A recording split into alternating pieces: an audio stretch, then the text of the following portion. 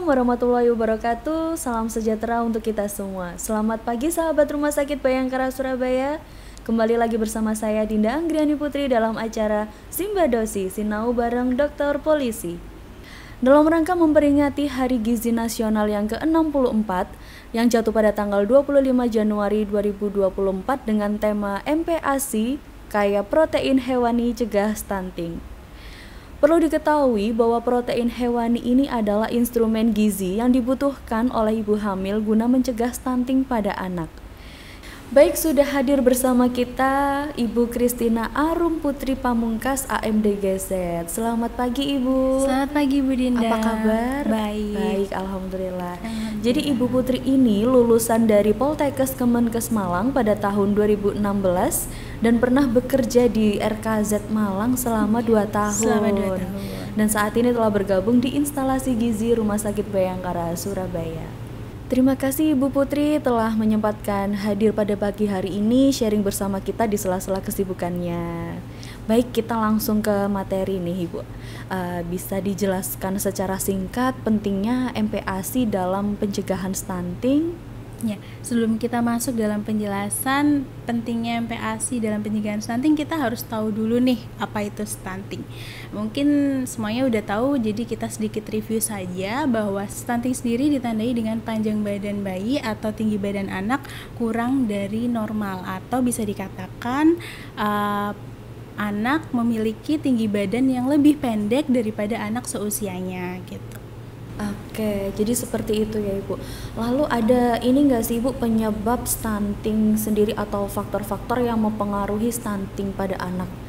Ya, faktor yang mempengaruhi sebenarnya dipengaruhi dari pemenuhan nutrisi dari masa remaja, kemudian pemenuhan nutrisi daripada masa kehamilan, kemudian pola asuh, kemudian pola pemberian makanan bayi dan anak juga pasti berpengaruh dalam kejadian stunting.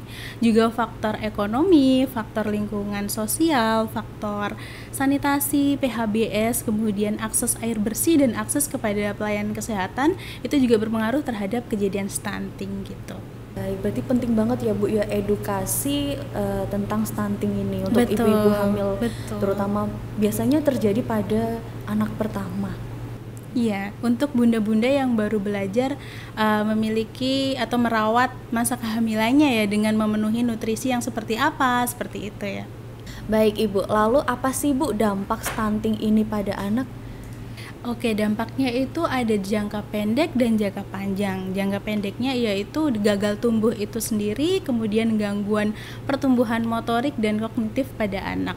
Dan kemudian kalau jangka panjangnya dia bisa mengganggu fungsi otak yang nanti secara permanen akan mengganggu daya tangkap atau penurunan kemampuan belajar pada anak yang nanti akan mengganggu produktivitas anak itu sendiri ketika anak sudah dewasa gitu. Berarti akan ke bawah sampai mereka dewasa. Betul, ya Bu ya? Akan pengaruhi produktivitas ketika anak sudah dewasa, bekerja juga tidak bisa maksimal, daya tangkap tidak maksimal, seperti itu. Wah, sangat berpengaruh sekali Ibu. Betul.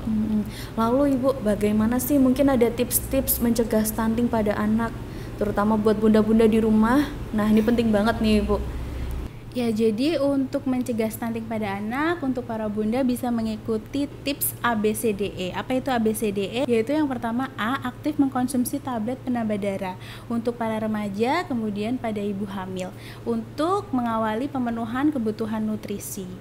Yang kedua B, bumil disarankan untuk teratur memeriksakan kehamilannya, yaitu dengan minimal 2 kali pemeriksaan dengan dokter dengan dipantau alat USG. Kemudian C, cukupi kebutuhan protein harian, yaitu khususnya pada anak, pemenuhan MPASI-nya harus diprioritaskan untuk makanan yang tinggi protein. Kemudian D, para bunda disarankan untuk selalu rutin datang ke posyandu untuk memeriksakan dan memantau pertumbuhan anak secara berkala. Kemudian E, eksklusif ASI, yaitu pemberian ASI eksklusif selama 6 bulan yang dilanjutkan hingga usia 2 tahun atau lebih. Kemudian pemberian MPASI pada anak usia 6 bulan plus hingga seterusnya. Kemudian jangan lupa untuk selalu menerapkan perilaku hidup bersih dan sehat, dan juga segera memeriksakan kondisi kehamilan secara berkala untuk mencegah sedini mungkin potensi-potensi resiko penyakit atau resiko dalam kehamilan. Nah, jadi itu Bunda tips ABCDE dari Ibu Putri. Nah, tips ABCDE ini memang membantu sekali untuk meminimalisir potensi stunting pada anak. Oke, baik Ibu.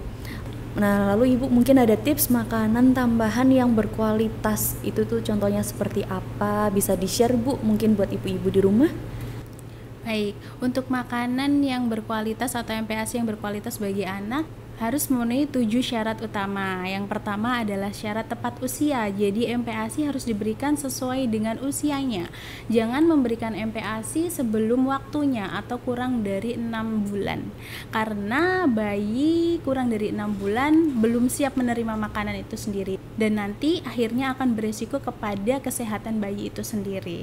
Karena belum siap mencerna makanan gitu. Ya, karena memang banyak ya Bu ya di luar sana kasus ibu yang memberikan MPASI sebelum waktunya. Ya.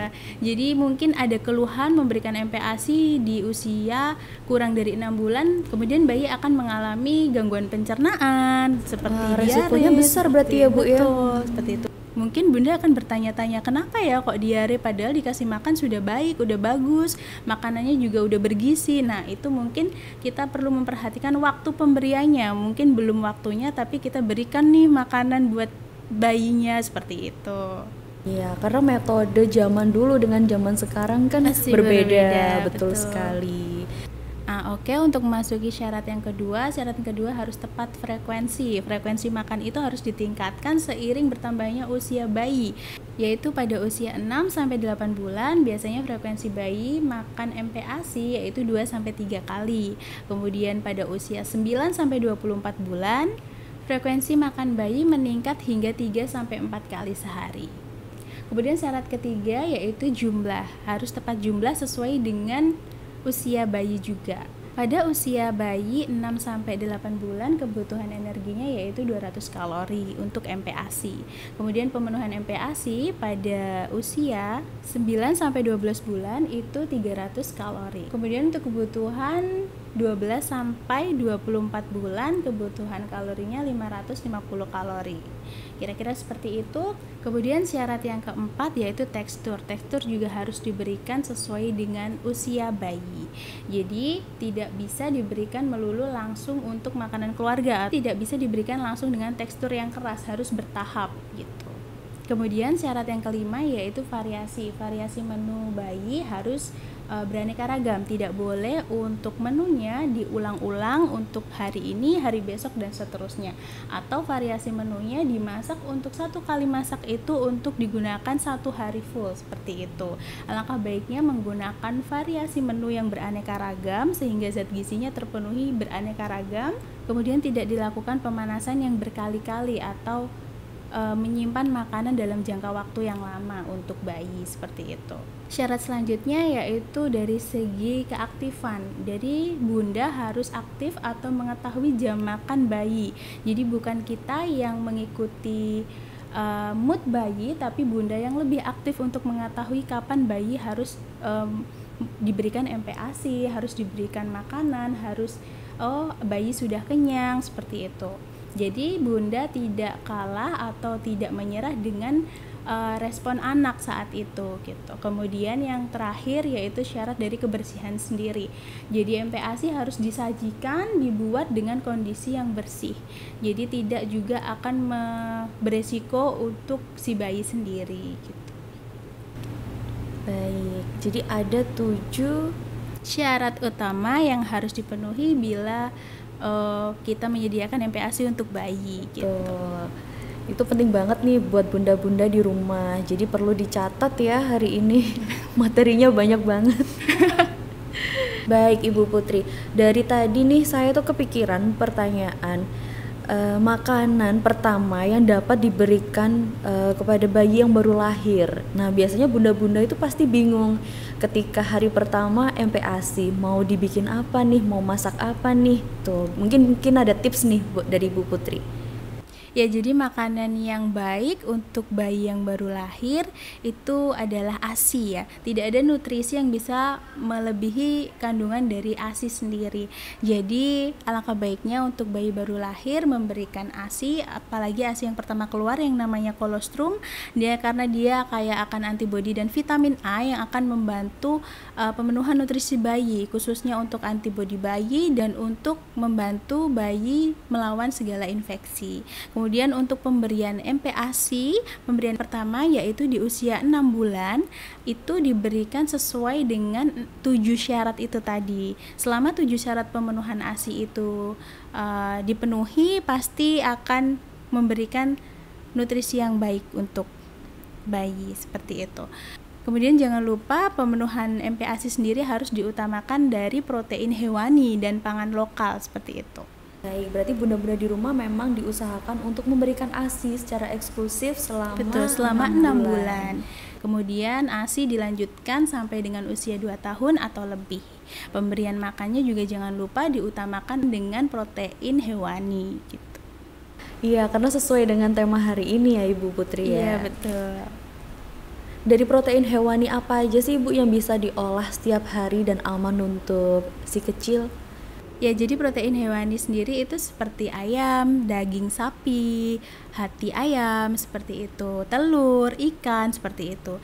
Itu semua bisa digunakan untuk MPASI, tapi perlu dipenuhi 7 syarat itu tadi, terutama kebersihannya. Jangan sampai secara pengolahannya atau penyimpanan dan kebersihannya itu tidak memenuhi syarat MPASI itu tadi, karena biasanya mengolahnya atau cara penyimpanannya salah hingga zat gizinya banyak yang terbuang gitu, seperti itu. Kemudian dari cara kebersihannya juga mungkin dari kulit atau pencucian yang kurang bersih, atau dari cangkang atau kulit atau tulang yang ikut masuk, seperti itu bisa berbahaya buat bayi, seperti itu.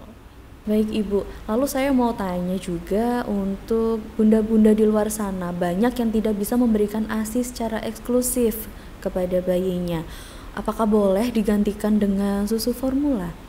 Ya, untuk pemberian susu formula yang sifatnya dia menggantikan ASI selama dia sesuai dengan saran tenaga kesehatan atau dokter yang memeriksa, jadi itu masih diperbolehkan dengan pantauan tenaga medis ya.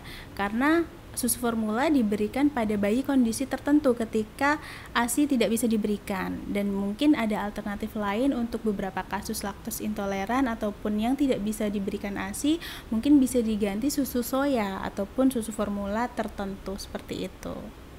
Baik, jadi banyak sekali pesan untuk bunda-bunda hari ini ya Bu Putri ya. Terakhir nih Bu Putri, mungkin ada pesan untuk bunda-bunda di luar sana dalam pemberian MPASI dari kacamata gizi, silakan. Baik, jadi untuk membantu menerapkan pemberian MPASI pada bayi, kita bisa lihat pedoman isi piringku yang disesuaikan dengan usia bayi, yaitu dengan proporsi makanan pokok, utamakan lauk hewani, kemudian lemak, kemudian sayur dan buah. Di situ sudah dibedakan sesuai klasifikasi usia, jadi untuk memudahkan bunda dalam memedomani pemberian MPASI, yaitu dari usia 6 sampai 8 bulan, kemudian usia 9 sampai 11 bulan, kemudian dari usia 12 sampai 23 bulan, kemudian dari usia 2 sampai 5 tahun. Baik Bunda, jadi secara garis besar memang protein hewani ini instrumen gizi yang paling dibutuhkan untuk ibu hamil guna mencegah stunting pada anak. Hal ini dikarenakan memang protein hewani ini mempunyai kandungan gizi yang lengkap, kaya protein hewani dan vitamin yang sangat penting dalam pertumbuhan dan perkembangan anak. Baik, bunda-bunda sekalian yang memiliki masalah atau memiliki keluhan pada anaknya atau memiliki ciri-ciri yang sudah disebutkan oleh ahli gizi kita tadi, bisa banget konsultasi langsung dengan ahli gizi atau bisa langsung datang ke Rumah Sakit Bayangkara Surabaya pada hari Senin sampai dengan Jumat jam 8 hingga jam 12 siang. Untuk memudahkan pelayanan tanpa antri, bunda-bunda bisa mendownload aplikasi Rumah Sakit Bayangkara Surabaya di Play Store masing-masing. Baik, terima kasih banyak Ibu Putri yang sudah menyempatkan sharing bersama kita pada pagi hari ini. Semoga ilmunya bermanfaat. Amin. Dan untuk sahabat Rumah Sakit Bayangkara Surabaya yang merasa postingan ini bermanfaat untuk kalian dan juga orang sekitar kalian, bisa banget di like, komen, dan subscribe postingan ini. Sampai ketemu lagi di podcast selanjutnya. Saya Dinda Anggriani Putri, pamit undur diri. Sampai jumpa. MPASI berkualitas untuk generasi emas. Rumah Sakit Bayangkara Surabaya, gawe sehat, gawe seger, gawe waras.